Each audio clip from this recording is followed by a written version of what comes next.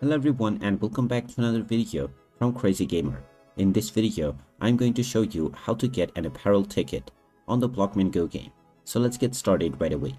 First of all, open up the Blockman GO game on your device and make sure that you are logged into your account using your credentials.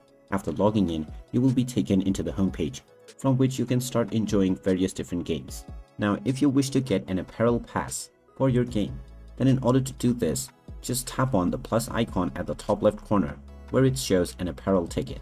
Once you do this, you can either use the coin or the currency within the game to buy your apparel ticket, or you can watch an ad to get one for free.